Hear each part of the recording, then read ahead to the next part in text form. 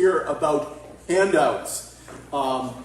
Many of you have, but not all of you, have this one with the sketch of Kierkegaard at his high desk, all right?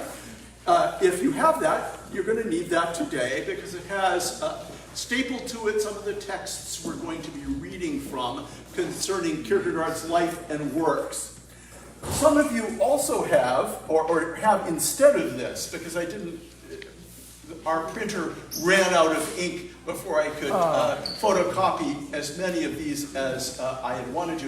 If you don't have this, what you do have, however, is just a single sheet with the texts I'm going to read from today. So you may have the single text version that says texts for third lecture or something like that on it. And if you have this sketch, you have that as well. But you also have the front page, which is an attempt for me to provide at least a rendering of what Kierkegaard looked like and a chronology of his life and works, and so on. I'm providing that for you. You also have the outline of the 4 talks in your seat there as well. And I would like to actually begin by pointing out where we are in the series. All right? I realize I have to get behind the mic here. I'm sorry. I got used to being sort of peripatetic when I was teaching and so on, so I like to move around, but I need to be stationary.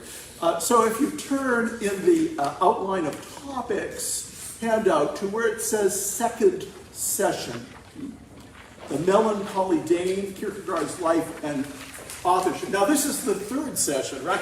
But I composed this outline when we were just going to have 3 sessions, and so we're beginning the 3rd session with Kierkegaard's life and works. So you can follow along the topics for today on the outline there. So you've got the texts for today and you've got the outline. Now to make things even a little bit more complicated, I realized that we didn't finish all of the topics having to do with just what are Kierkegaard's most important issues, topics, what I call the Kierkegaard lexicon. That spilled over into a 2nd session, and we actually didn't finish all the topics. So if you look at the previous page, you'll see some of the topics that we didn't get to last time. So topic H, leap of faith, out over 70,000 fathoms. Topic I, passion, the happy passion. Topic J, reduplication. Topic K, indirect communication, etc., etc. Now what I'm going to do is I'm going to integrate some of those topics into my account of Kierkegaard's life and works, because they can be integrated really well. However, I am needing to begin today, before we get to my account of Kierkegaard's life and works, we need to cover 2 topics that are on that previous list that we didn't get to last time, namely the one under J, reduplication, and the one under L, Socratic irony. So I'm going to begin with a brief account of those 2 topics, and then get on to Kierkegaard's life and works under the topic of the melancholy Dane. And you might recall that I introduced the first lecture with this disclaimer that there may be some topics that might prove offensive or threatening to some people. You hear sometimes on news reports and so on, the following news item might not be appropriate for all audiences, and I mentioned there would be some topics concerning human sexuality, despair, suicide, and so on. Those topics are going to come up today. So they haven't come up yet, but they're great. So, just forewarned, if those topics push buttons that make you feel uncomfortable, then you're sort of forewarned about that. But first, this very, very crucial topic of reduplication.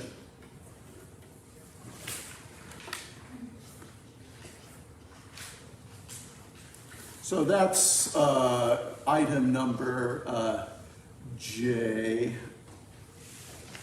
as I recall. Yes.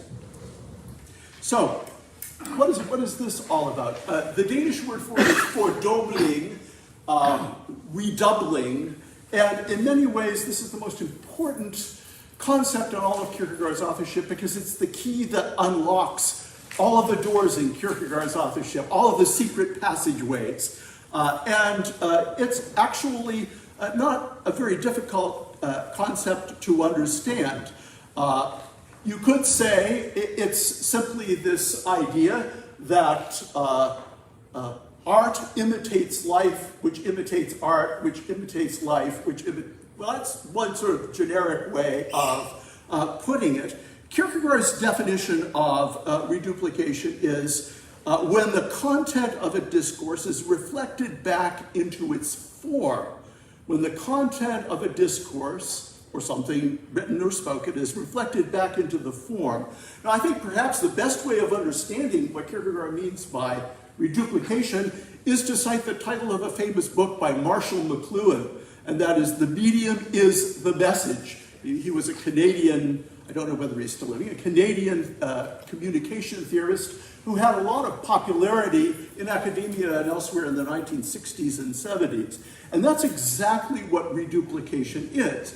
It is where whatever medium we're talking about, it could be a written or spoken, or a musical medium, a poetic medium, a visual artistic medium, or it could be the medium of human life, human existence. When the medium itself is the content of the message, then we have reduplication.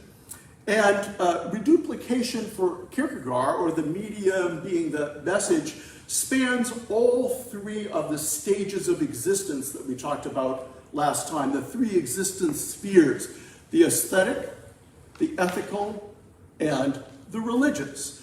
So reduplication has a specification in these three crucial areas of human existence, according to Kierkegaard. You might remember that last time I raised this question: what's the focus of your existence? What is it that you live for when push comes to shove? Well, if you live for enjoyment or pleasure, it's aesthetic existence. If you live for responsible citizenship, responsible agency, being a responsible human being, it's ethical existence. If you live for obedient faith, then that's religious existence. Well, how does reduplication fit into these three categories? Well, it fits very snugly into the aesthetic category, whether it be the art of poetry, or the art of music, or some other maybe literary form, and so on. And I'm going to give you some examples of aesthetic reduplication, where the medium is the message. The first example comes from my favorite poet. No, it's not T.S. Eliot. It's W.H. Auden, great poet who was influenced by Kierkegaard, read Kierkegaard with great interest, and his poem called "In Memory of William Butler Yates," which I think is my personal favorite poem of any any poem in any language. It's just a wonderful poem. It's a poem not as much about William Butler Yates, the famous Irish poet, as it is about poetry itself. But my point is that Auden's poem is divided into three sections. The first section is a kind of prosy account, a prosy description of what would have been William Butler Yates's last moments before he died in the hospital. Then the second section of the poem is still rather prosy, kind of blank, free verse. It's sort of a little summation of William Butler Yeats' life. Mad Ireland hurt him into poetry. One line from that. But both of those first two sections are not in rhymed or metric verse. Now, the third section, which is really the elegy on the death of William Butler Yeats, clicks into a rhymed metric form with a very, very regular rhythm. I'm just going to read one quatrain from that third part. So up to this point, it's all been sort of free verse, blank verse, and so on. And now it becomes very regular. Earth, receive an honored guest. William Yates is laid to rest. Let the Irish vessel lie emptied of its poetry. Now, when you get to that section, you realize a reduplication has occurred.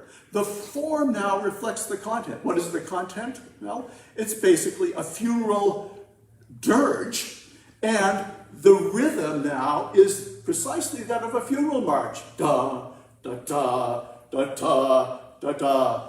Dum, dum, da, dum, dum, da, dum, da, dum, da, dum. Reduplication. All right. One literary example of reduplication. I'm going to give you a couple of musical examples next, all by way of illustration of this central concept in Kierkegaard. Anyone here ever attend a performance of Bach's St. Matthew Passion? One or two, maybe? Yeah. Well, this is, of course, this grand oratorio in which the narration of the Matthean account of the Passion of Christ is interspersed with chorales and arias for soloists and so on. And the scoring of this piece is unique in Bach's repertoire of choral works. It's scored for 2 orchestras, 2 choruses, separated spatially, and 2 groups of 4 soloists each, if it's done right. And then there is a 3rd chorus or a 3rd choir up in front, which is just a unison soprano ensemble that sings the Lutheran chorale in the opening movement. Now, the opening movement, which introduces Bach's setting of the Passion according to St. Matthew, exploits these 2 choruses answering back and forth. So the first chorus sings in German, come ye daughters, share my mourning. See him, whom the bridegroom see him, how a lamb is he. So answering back and forth the 2 choirs antiphonally. And then the 3rd choir up in front, the unison sopranos, start singing a little ways in the Lutheran chorale, O Lamm Gottes unschuldig, O Lamb of God most holy. And so you in the audience are sitting here. You've got the 2 choirs, the 2 orchestras, and then up in front, you've got the unison sopranos singing this Lutheran chorale in counterpoint to these. And what is the reduplication? The whole thing is cruciform. It's the shape of a cross. You are actually witnessing this, the first movement of this oratorio at the foot of the cross. Then the unison soprano chorale comes from the head of the cross, and then you've got the crossbeam, the 2 choirs answering back and forth. So literally, at the beginning of the St. Matthew Passion, you are at the foot of the cross, witnessing, of course, the account, or the beginning of the account of the trial, crucifixion, and death of Jesus Christ. Well, another great example of reduplication where the medium is the message, or as Kierkegaard puts it, the content is reflected back into the form. I'll give you one final example from Kierkegaard's authorship itself. Kierkegaard was a master of reduplication, that's why I'm getting into this. And again, we're dealing with aesthetic or literary reduplication now. In Kierkegaard's fascinating study of the fall into sin called The Concept of Anxiety, in older translations it was the concept of dread, what Kierkegaard is doing under a pseudonym, and we'll talk about pseudonyms later on, is he's giving a psychological rendering of what the first fall into sin might have been experienced as by Adam and Eve. So it's a sort of psychological interpretation of the account of the fall in Genesis 3. And the whole point of that account, that psychological rendering of the fall into sin, is that Adam and Eve are their own tempters. When the prohibition comes that they can't eat of the fruit of the tree of the knowledge of good and evil, right?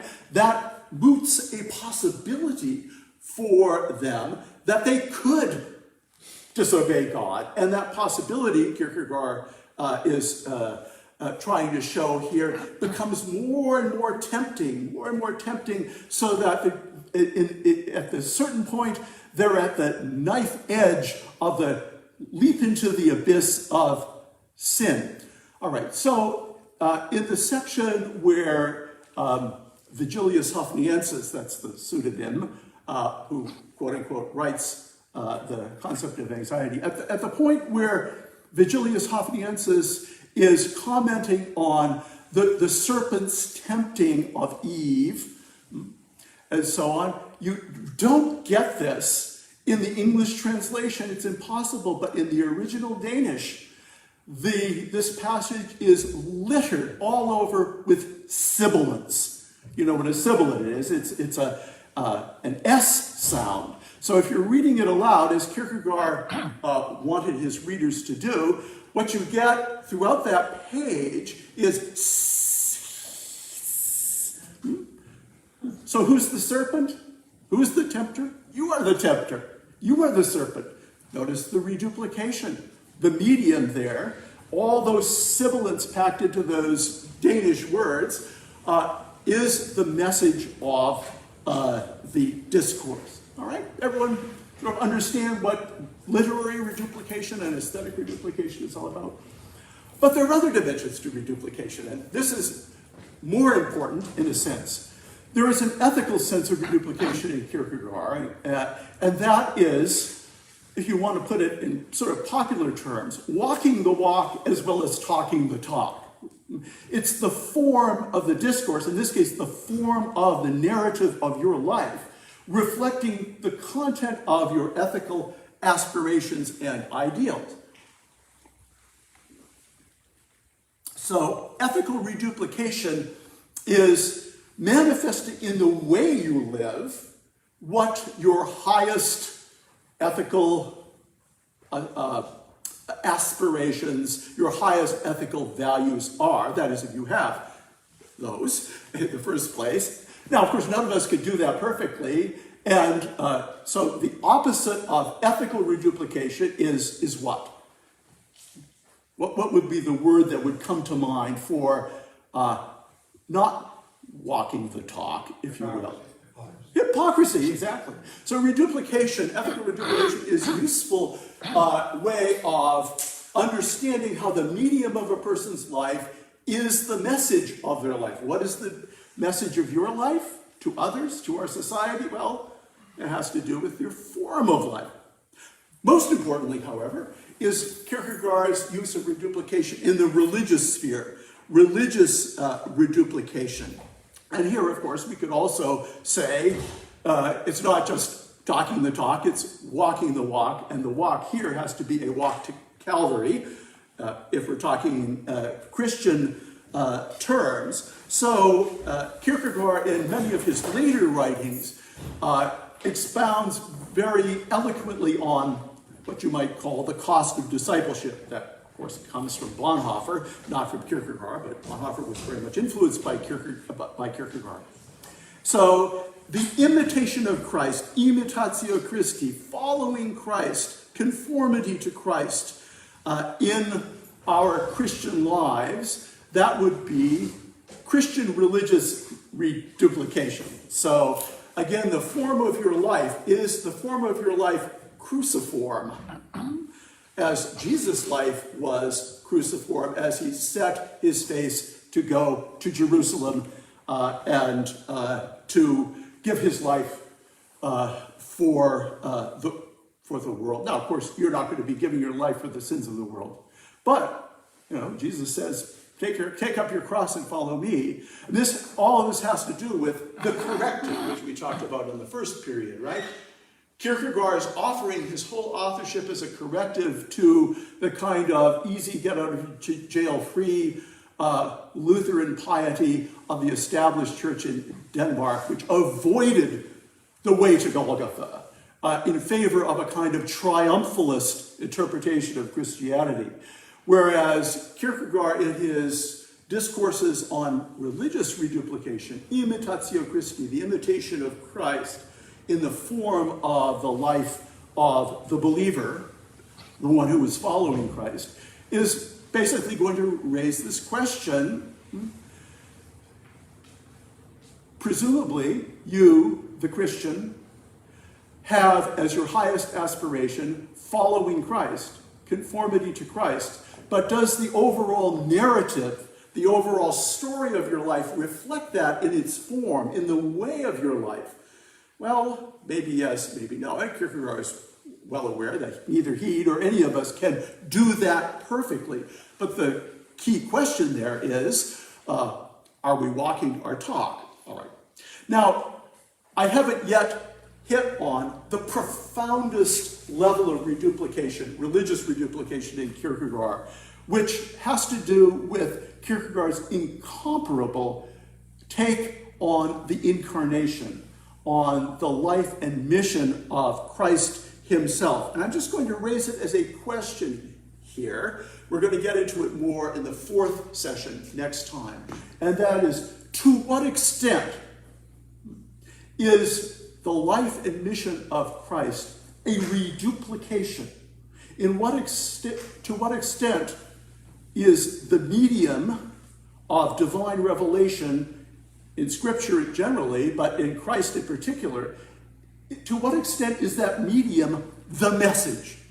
Now, we don't always think of the incarnation and of the life of Christ and the mission of Christ in terms of the form of the Christ narrative, the form of Jesus' life being the message.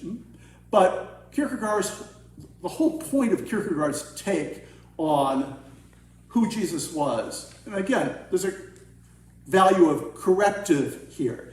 Kierkegaard isn't saying this is a complete understanding of the Christ event, a complete understanding of Christology, but it's what he wants us to emphasize because he thinks it's often neglected. To what extent now is the form of Christ's life on earth, his mission, the message that God is conveying to the human race in and through that life? To what extent can we say the mediator is the message? Well, I'm going to leave that question an open question because we're going to get to it next time. All right, any questions on reduplication before we get on to Kierkegaard's life and authorship? Yes? Just a question about the category of the ethical. Would Kierkegaard consider, a high American value like job success or vocation or making money? Is that ethical or is that aesthetic according to him? We'll get to that. Actually, it's going to come up when we talk about Either Or, his great early two-volume work. So hold your horses there. I should also mention one further thing on the outline here that I didn't get to a moment ago. It sort of lapsed from my memory, and this will not take long to explain. But that is irony or Socratic irony. And what you need to know about Kierkegaard, who is one of the great exponents of the use of literary irony, is that irony is the reverse of reduplication. With reduplication, the text, the discourse, the life, whatever, the form of the discourse, the form of the life reflects the content. The content is reflected back into the form. The medium is the message. But what if the medium undercuts or undermines the message? The medium is at variance with the message. It's sort of a subtext that undermines the message. Well, that's irony. In the Socratic sense, and I can't go into how Socrates utilized irony, because that would be another 2 or 3 periods. But Kierkegaard is modeling his use of irony after Socrates, where the medium underlies or undermines the message. All right, so now we're going to start with this topic, the melancholy Dane, Kierkegaard's life and authorship, if you have your outlines there. It says second session, but it's really the third session. And the first item is the broken corpus. That's by title, by rendering. And the word corpus needs to be unpacked a bit here. Of course, we get the word corpse from that, right? I mean, a dead body.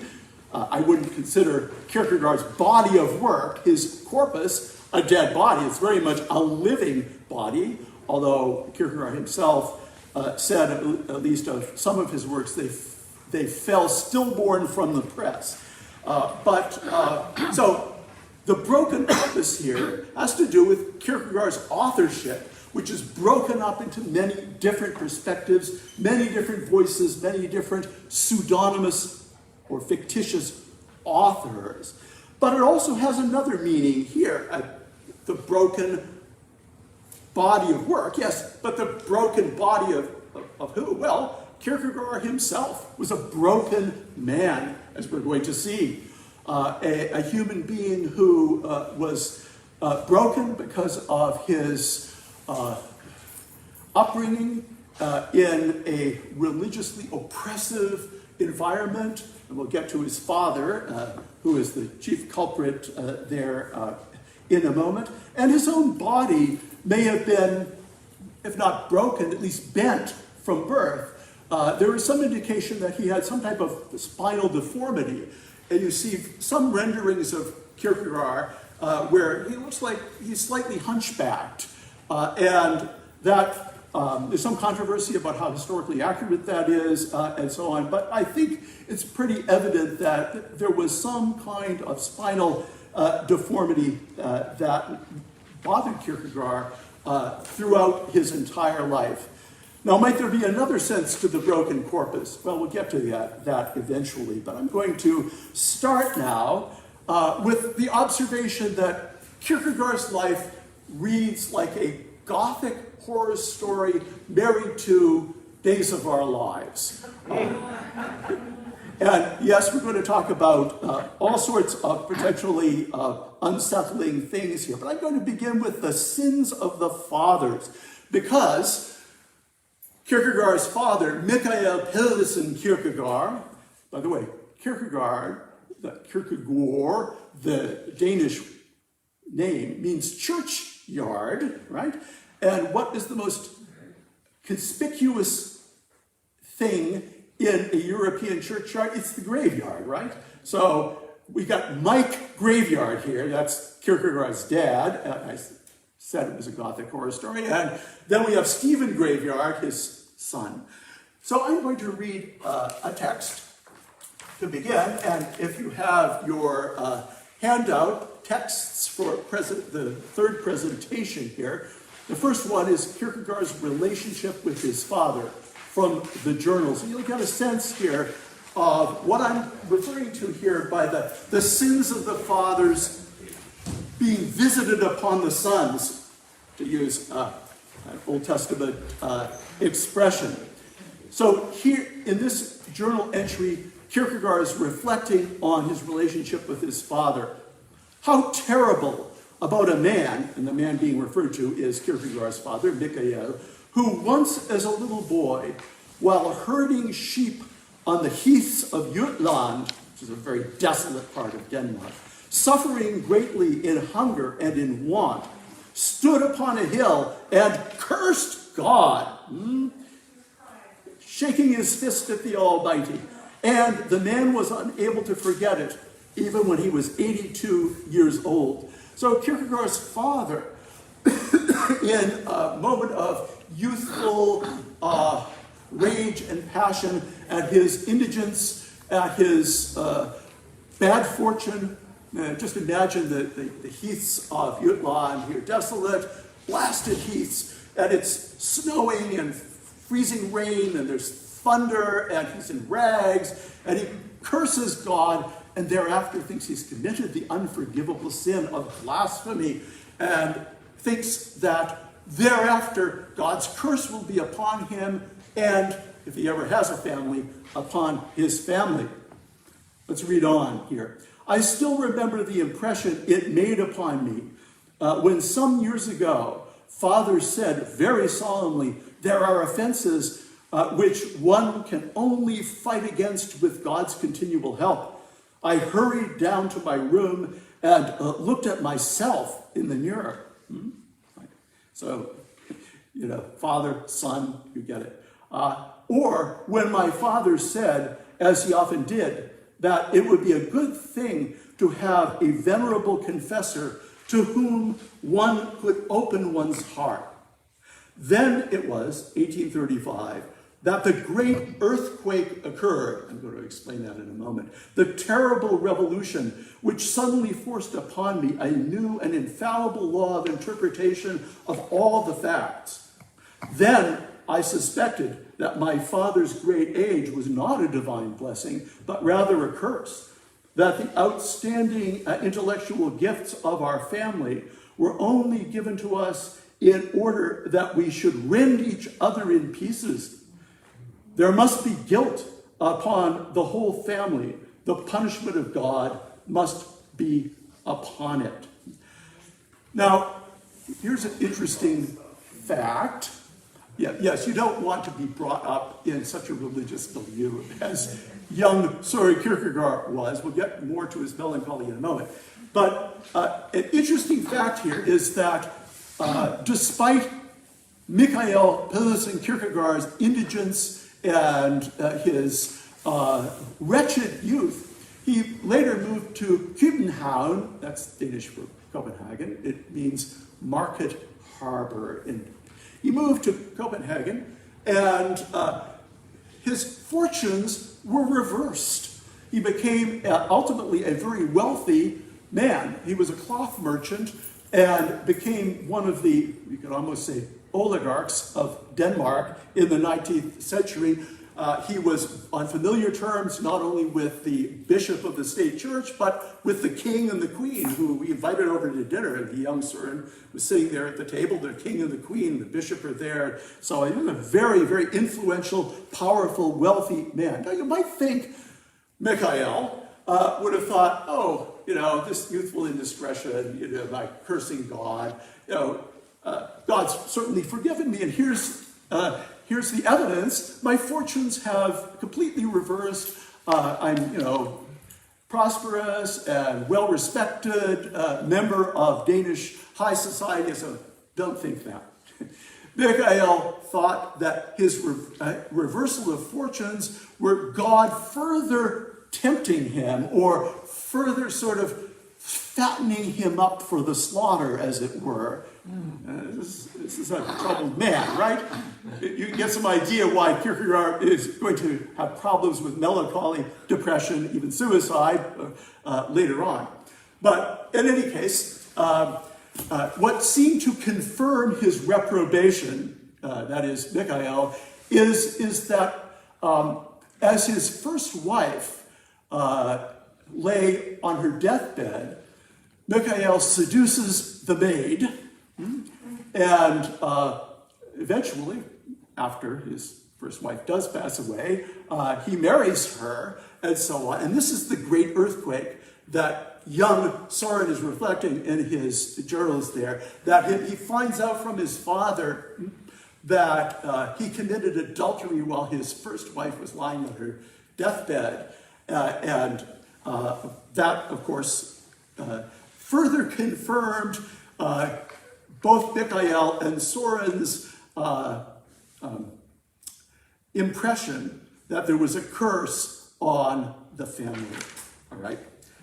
Now I'm going to move on to Kierkegaard's, of course I've been on this topic, his morbid upbringing and his melancholy as reflected in his journal. So this is the second passage from his early journals in your handout there. you get some sense here of Kierkegaard's frame of mind as a young man. I feel so dull and so completely without joy. My soul is so empty that I cannot even conceive what would satisfy it. It is terrible when I think, even for a single moment, over the dark background which, from the very earliest time, was part of my life. The dread with which my father filled my soul, his own frightened melancholy, and all the things in this connection which I do not, maybe even dare not, even note down. I felt a dread of Christianity and yet found myself strongly drawn towards it. Of course, later on, Kierkegaard was to write the concept of dread, translated also as the concept of anxiety, in which he expounds on this feeling of attraction and simultaneous attraction and repulsion as dread or anxiety in his interpretation of the fall into sin. From a child, I was under the sway of a prodigious melancholy, the depth of which finds its only adequate measure in the equally prodigious dexterity I possessed in hiding it under an apparent gaiety and joie de vivre. And this brings us to Kierkegaard's experience, his 10 years as a student at the University of Copenhagen and the seminary, the theological seminary, where he studied Christian theology and eventually produced his dissertation on the concept of irony with constant reference to Socrates.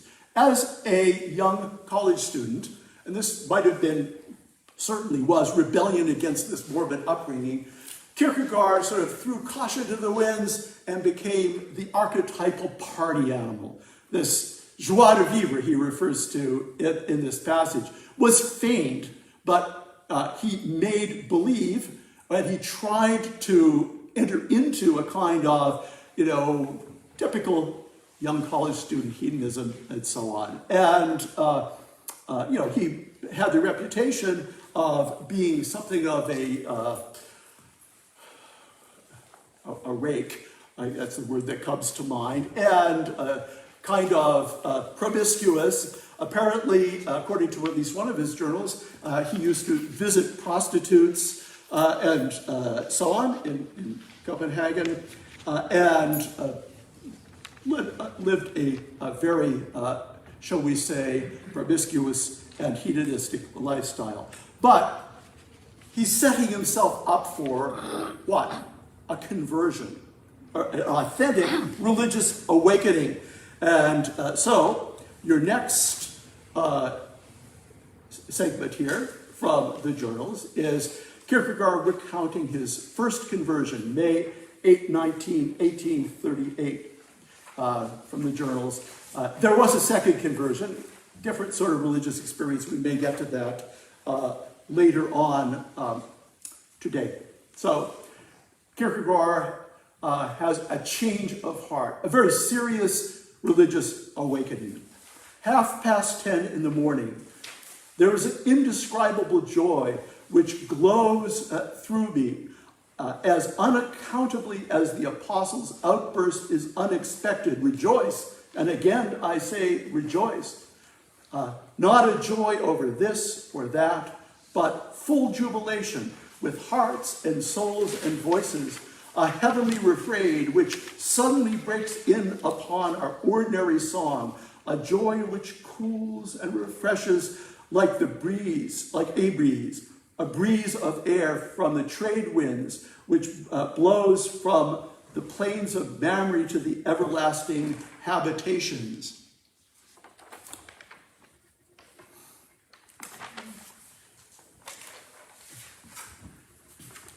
And there's more here. I just need to find it. Yes, right. And this is a subsequent journal entry reflecting back on his conversion experience. God creates out of nothing. Wonderful, you say. Yes, to be sure. But he does what is still more wonderful. He creates saints out of sinners. Well, there's a takeaway for today. So Kierkegaard's conversion gives him also his vocation.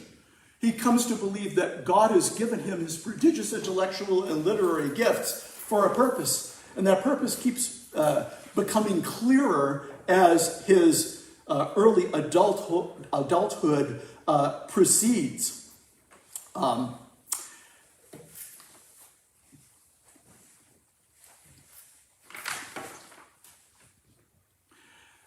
While he is at the seminary in Copenhagen, he produces his dissertation, as I mentioned before, on the concept of irony with constant reference to Socrates. And it was about this same time he begins to devise a plan for an authorship that will be profoundly ironical and that will be a prelude to readers taking seriously the existential issues in life and taking seriously the question of becoming a Christian.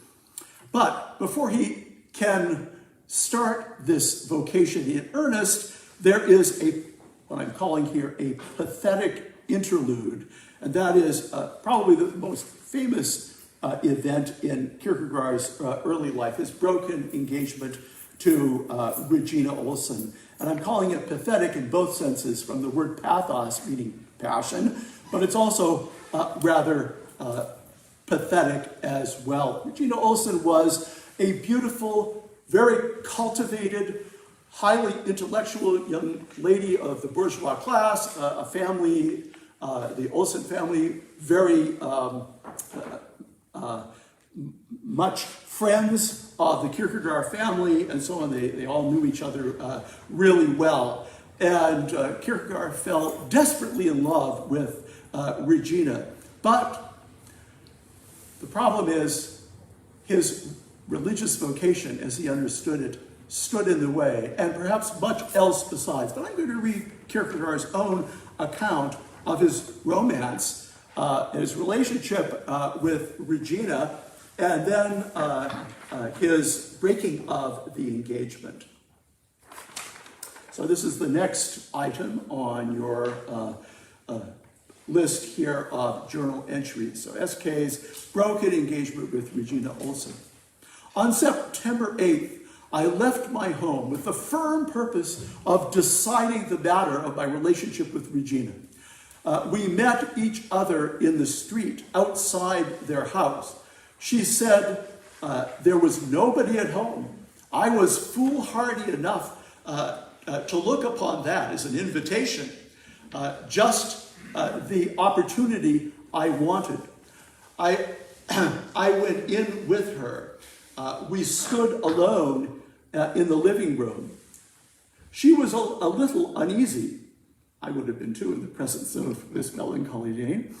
I asked her to play me something on the piano, something she usually did. She did so, but that did not help me. Then suddenly, I took the music away and closed it, not without a certain violence, threw it down on the piano and said, "Oh, what do I care about music now? It is you I am searching for. It is you whom I have sought after for 2 years." She was silent. I did nothing else to make an impression on her. I even warned her against myself, against my melancholy. When, however, she spoke about her current boyfriend, Schlegel, I said, "Let that relationship be a parenthesis. After all, the priority is mine." She remained quite silent. Well, again, at last I left, for I was anxious lest someone should come and find both of us and her so disturbed. I went immediately to her father. He did the right thing there. I know that I was terribly concerned that I had made too great an impression upon her.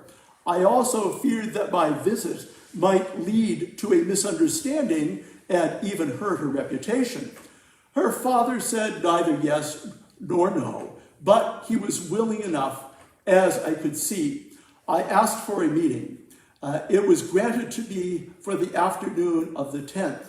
I did not say a single word to persuade her, Regina. She said yes to the proposal of marriage. But inwardly, the next day, I saw that I had made a false step. A penitent such as I was, my vita ante acta, my melancholy, that was enough. I suffered unspeakably at the time, but there was a divine protest. That is how I understood it. The wedding. I had to hide such a tremendous amount from her, had to base the whole thing upon something untrue. I went to her and sent her back the ring. I spoke to no one of it, not to a single soul. I, who am more silent than the grave. So now we get the Days of Our Lives section of Kierkegaard's life.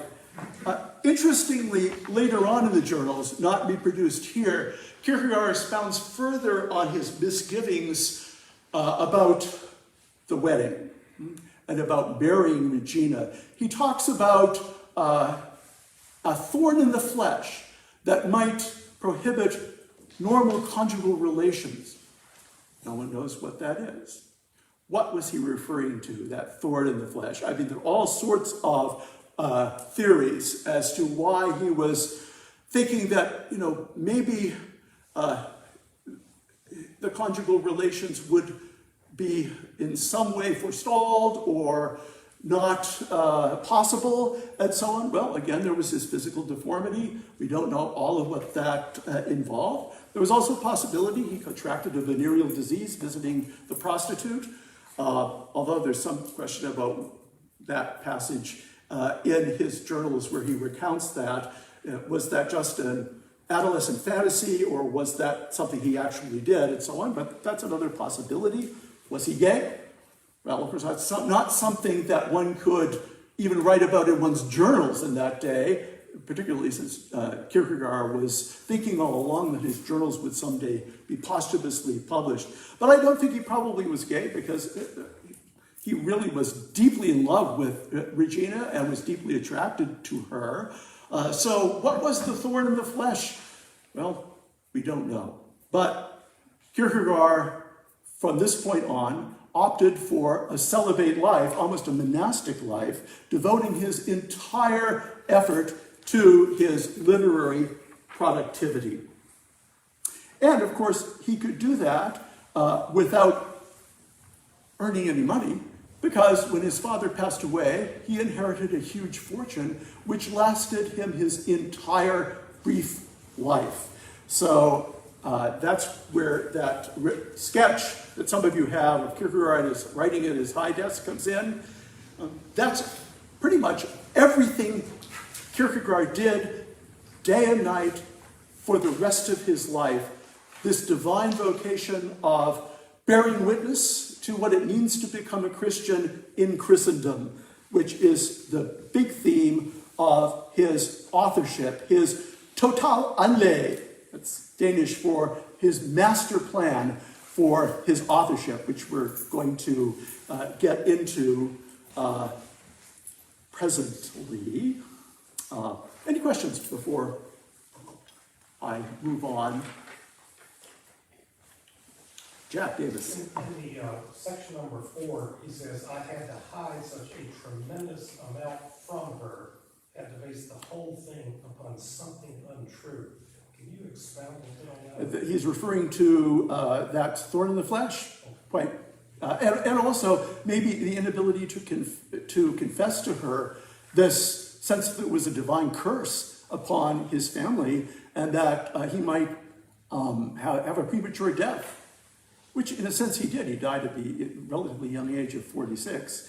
Oh, maybe I should also mention that the first literary work we have from Kierkegaard's pen, not published, is from the diary of one still living. And it's basically a reflection on the fact that, at age 22 or whatever age he was at the time, he's still alive, and he expected he would have perished by now because of the divine curse through his father upon the sons. And so, that might have been what he was referring to in that section. Yes? Didn't he live his life with the servant Yes, he had a servant, sure. So he was married as he was productive in writing.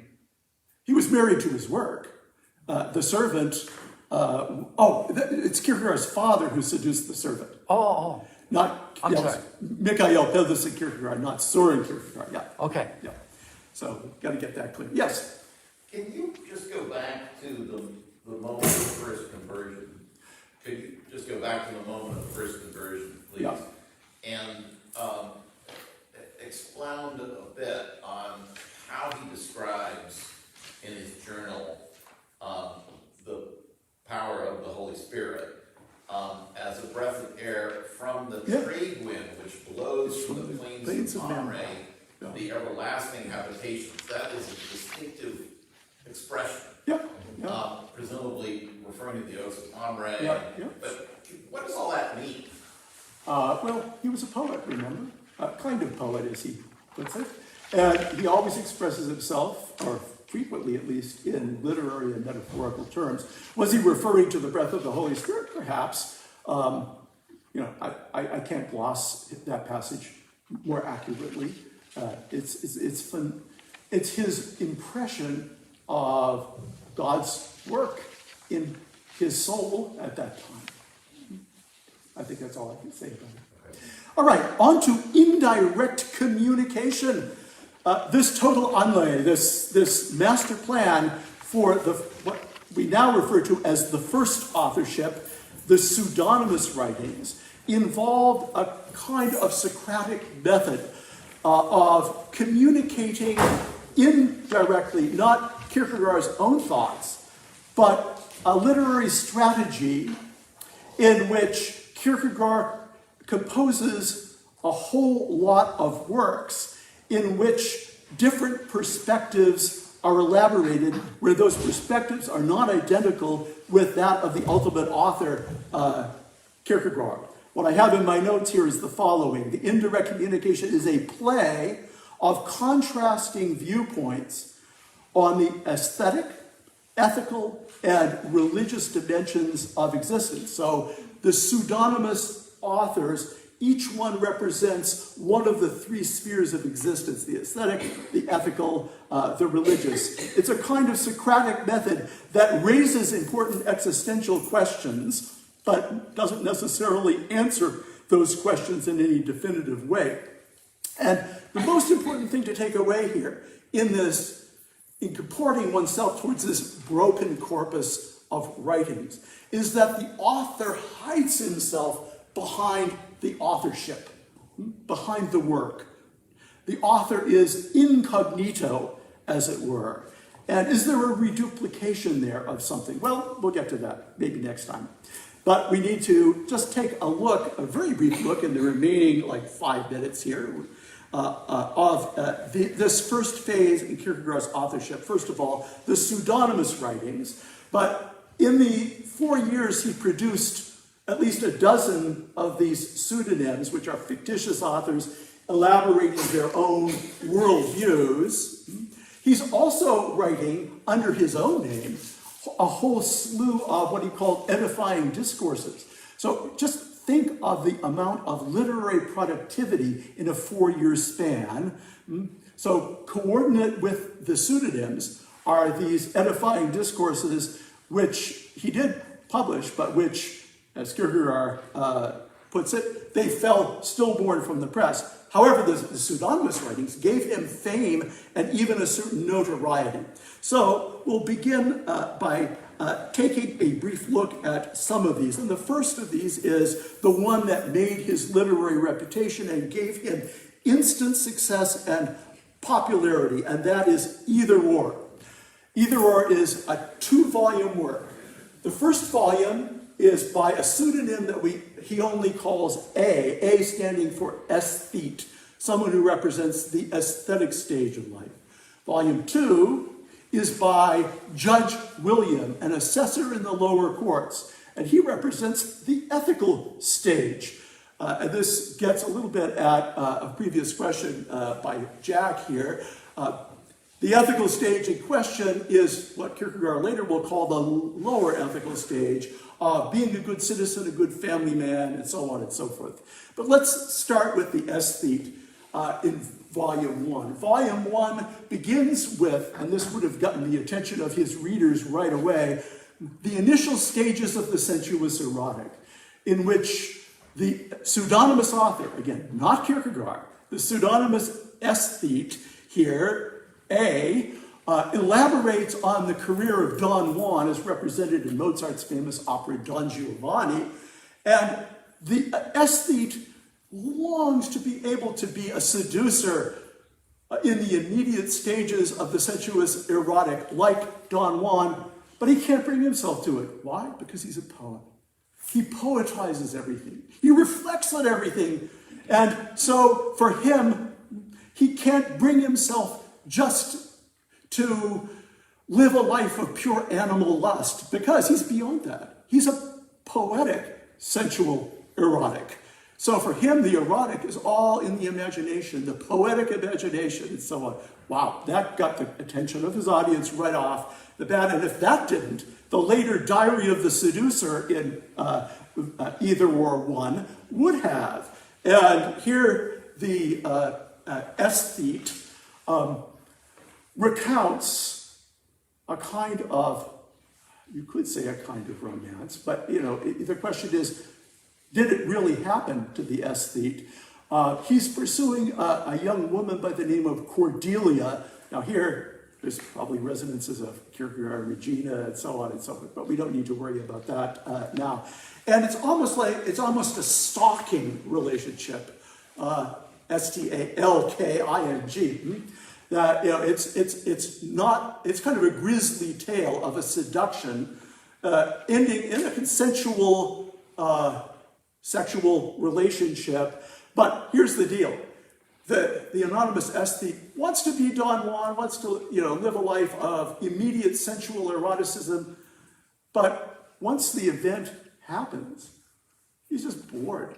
Oh, my poetic imagination is so much more vivid and so much more what I really want than the actual event of the seduction of Cordelia.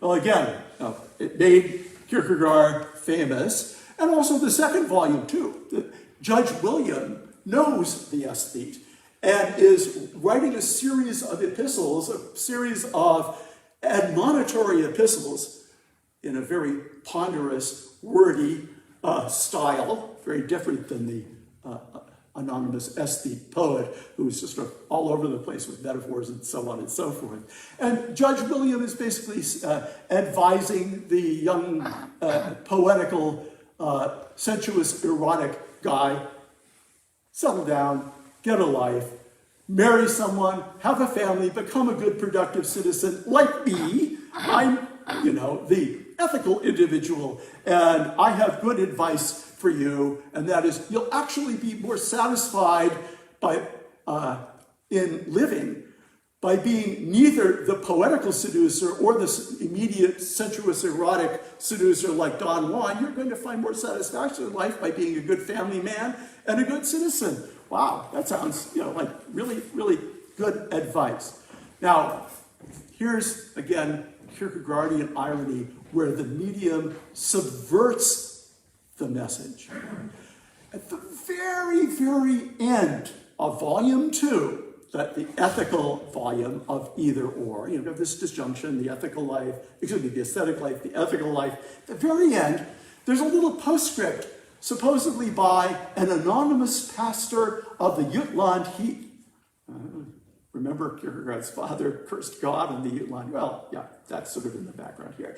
But the title is rather fetching. The edification to be found in the thought that as over against God, we are always in the wrong. How's that for a sermon title? Now, here's the deal. This work is called Either or, but where does the disjunction fall? Does it fall between the aesthetic and the ethical, that either or? Or does it fall perhaps between the aesthetic and the ethical together and the religious? This warning that whether we're sensuous erotic seducers, or poetic aesthetes, or good solid bourgeois citizens, as over against God, we're always in the wrong. That's interesting. And then there's the other dimension of this too, and I realize I'm going over here and we'll have to pick it up where we left off here next time. The other dimension is are A and Judge William two distinct fictional people here? Or are they the alter egos of one another? You could say that maybe Judge William's alter ego is the aesthete. He really wants to be something like the aesthete pursuing his sensuous eroticism, but he can't bring himself to that because he's a good family man. Or it could be the other way.